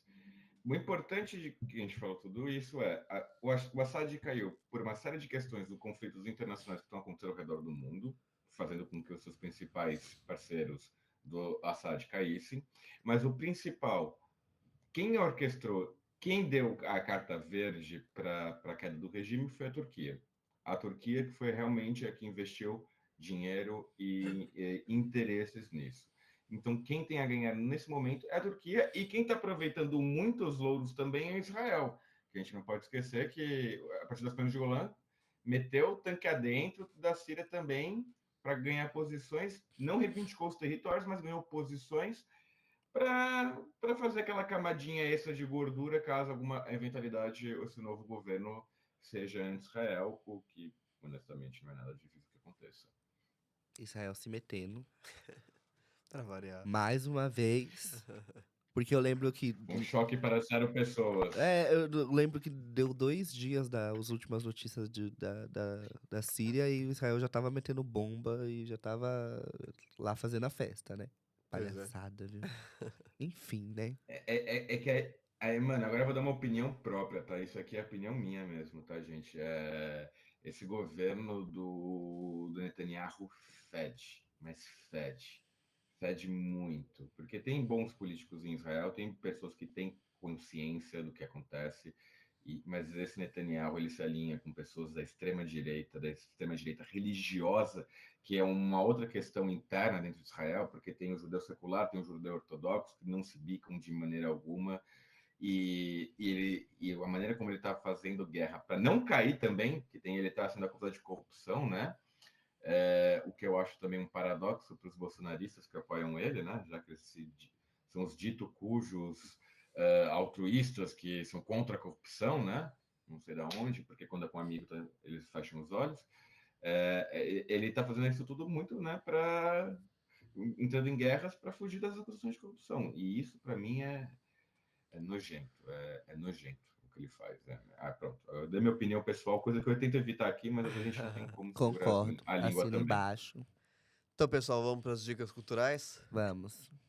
Bora. Quem Por começa? favor. Danilo, Eu vou começar. você que então. chamou, você que começa. Beleza. Quem pede truco é que dá as cartas. Tem uma dica cultural só, tem a ver e não com o episódio. Eu vou indicar um canal no YouTube também, do Humberto Matos. Ele fala sobre crítica da economia política, história, filosofia e tudo mais. De esquerda, tá, gente? Antes que vocês se depois fiquem bravos, deixa claro que ele é um cara comunista. Todavia, ele tem um canal muito, muito bom. Todavia não, que ser comunista não é um problema, né? Mas o fato é que ele tem um canal muito bom e um vídeo muito bom sobre a Síria, né? Sobre não o processo histórico que a gente fez, mas sobre o que está acontecendo na Síria hoje. Então é como se fosse um react jornalístico, né? E fazendo os comentários dele. Então é um vídeo bastante bom, eu também usei para pesquisar. E só um adendo também, e só para, não sei se já sabem, mas quando a gente publica o vídeo no YouTube, eu peço pro Thiago, que é quem faz a publicação, colocar a bibliografia que a gente usou na pesquisa aqui como nota de rodapé ali, né? Então, antes que xingue a gente, falando que a gente tá inventando coisa, a gente pesquisou e só usamos artigo de USP, artigo de PUC, artigo daqui e acolá. Então, a gente não tirou nada de nenhum orifício do nosso corpo. Vai reclamar lá, como diz o Fábio. Então é Bate na isso. USP e reclama. Então é isso. É o Humberto Matos de recomendação e esse adendo importante. Agora Boa. vocês falam. Hein? Vai, Fafá. Bem, gente, minhas dicas cultural vão ser duas. Uma eu já dei, é o filme do Lawrence na Arábia, é um filme de 1962, então é um filme mais antigo, há uma dinâmica diferente dos filmes atuais, mas é um filme excelente. Eu ainda acho que é um. Desculpa novamente, tinha as crianças da sala, um puta filme. Eu assisti esse ano só e adorei. Eu só farei uma pequena recomendação antes de assistir o filme, de dar uma rápida lida na Wikipédia, e a Wikipédia também hoje já é muito melhor do que há 20 anos atrás, é muito mais completa, bem referenciada também, só para entender mais ou menos quem são os personagens, quem é o Faisal I, que a gente falou que foi o rei da Síria, quem é quem nessa história, a família Hashemita, o Lawrence mesmo, os interesses. Uma rápida leitura, assim, você já consegue se familiarizar mais ou menos com os principais personagens desse contexto. Lembrando, é algo que aconteceu de fato, né? Claro, com aquela liberdade poética que o diretor tem de fazer o Lawrence ser o bonitão da história, como óbvio. Não que o Lawrence também não fosse uma figura importante, ele foi de fato. Mas, enfim, essa é a minha dica cultural do audiovisual. E de livro, eu já recomendei isso, eu tenho certeza que já recomendei antes, volto a recomendar porque é um baita livro. Orientalismo, do Eduardo Said, onde ele desconstrói muito essa ideia que Puta livro. o Ocidente. É isso aí, ó. Novamente, tira as crianças da sala, mas vamos mudar um baita livro, como diriam os gaúchos, né? Um baita livro. Ele basicamente desconstrói aquela ideia ocidental que a gente tem sobre o Oriente, né? Aquela coisa mística, coisa que exótica, né? Tipo aquela ideia que todo filme hollywoodiano sobre o Oriente Médio tem que ter aquele fundo amarelo, uma musiquinha árabe no fundo, com uma mulher com olho misterioso. Ele fala, mano, gente, isso aí é tudo invenção. E desconstrói e mostra como é a visão de fato ocidental sobre o Oriente e o que é de fato o Oriente. É um livro assim que vale a pena, é uma leitura um pouco maçante, mas realmente é muito válido de ser feita. E essas são minhas dicas do episódio de hoje.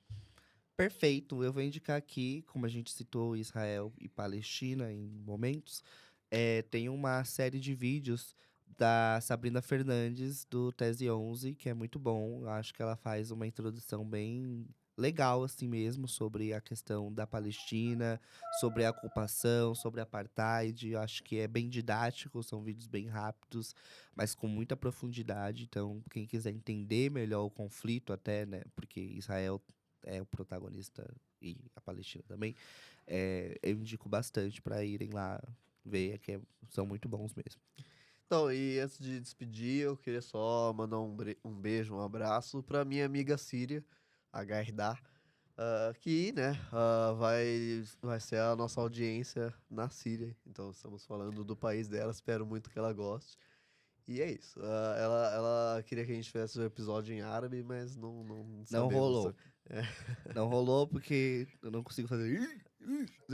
A pronúncia do árabe é difícil, mas a gente chega lá.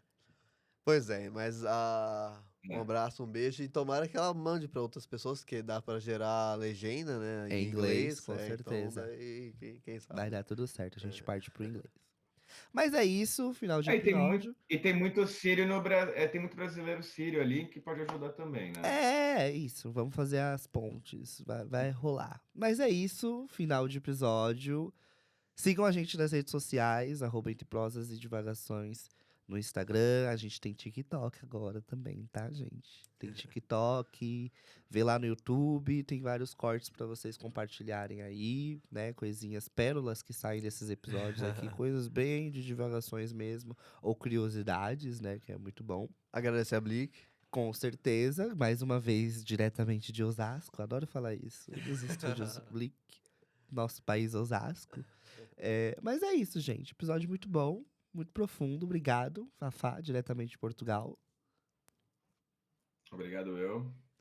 É isso. É isso. Tchau pra todo mundo. Tchau, Beijos, gente. abraços, Até tchau. o próximo episódio. Adeus.